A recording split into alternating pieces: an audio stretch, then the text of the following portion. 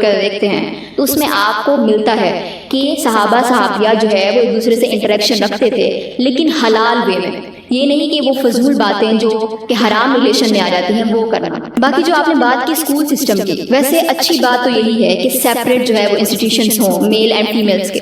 لیکن اگر مجبوراً آپ کو ایجوکیشن میں پڑھنا پڑتا ہے تو اس میں کوئی ایسی بات نہیں ہے کہ آپ جو ہے وہ تعلیم کو چھوڑ ہی دیں کہ آپ کو میل سے یا آپ کو فیمیل سے جو ہے وہ بات کرنا پڑے گی۔ ہاں، اسکول سسٹم میں بھی جو ایک گروپنگ کا سسٹم بنایا گیا ہے، جو اسائنمنٹس پریزنٹیشنز کے نام پر گروپس بنا دیے جاتے ہیں لڑکا لڑکی کے، اور پھر وہ آپس میں بیٹھ کر ڈسکس کرتے ہیں اور پھر ڈسکشنز کہیں اور ہی نکل جاتی ہیں، تو وہ غلط ہے۔ ایک نامحرم کا لڑکی لڑکے کا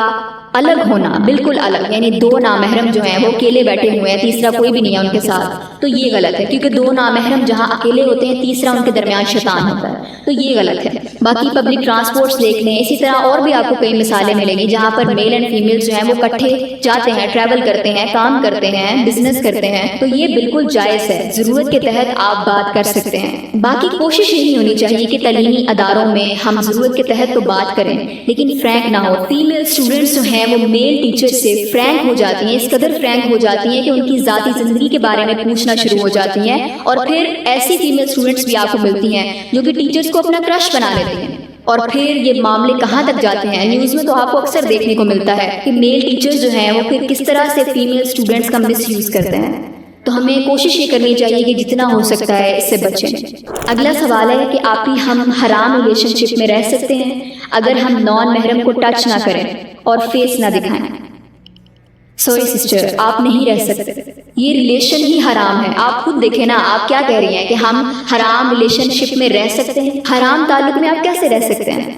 چاہے آپ اس کے لیے کچھ بھی بنیاد نکال رہے ہو، کہیں نہ کہیں سے آپ گنجائش نکال رہے ہو، لیکن جو ڈیزائرز ہیں نا انسان کی، وہ انسان کو مجبور کر دیتی ہیں، اور شیطان جو ہے اس کا تو کام ہی ہے ہمیں ورگلانا، حرام کو حلال بنا کر دکھانا۔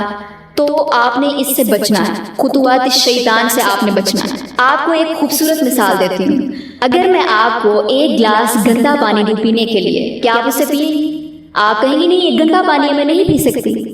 میں کہوں گی چلے ٹھیک ہے، برا نہ منائیں، میں آپ کو آدھا گلاس جو ہے وہ اس میں سے نکال کر آدھا گلاس صاف پانی کے اس میں ڈال دیتی ہوں۔ آپ کہیں گی یہ کیسی بات ہوئی، میں یہ نہیں پیوں گی۔ میں کہوں گی چلے ٹھیک ہے، برا نہ منائیں، میں سارا پانی نکال دیتی ہوں، آپ کو پورے کا پورا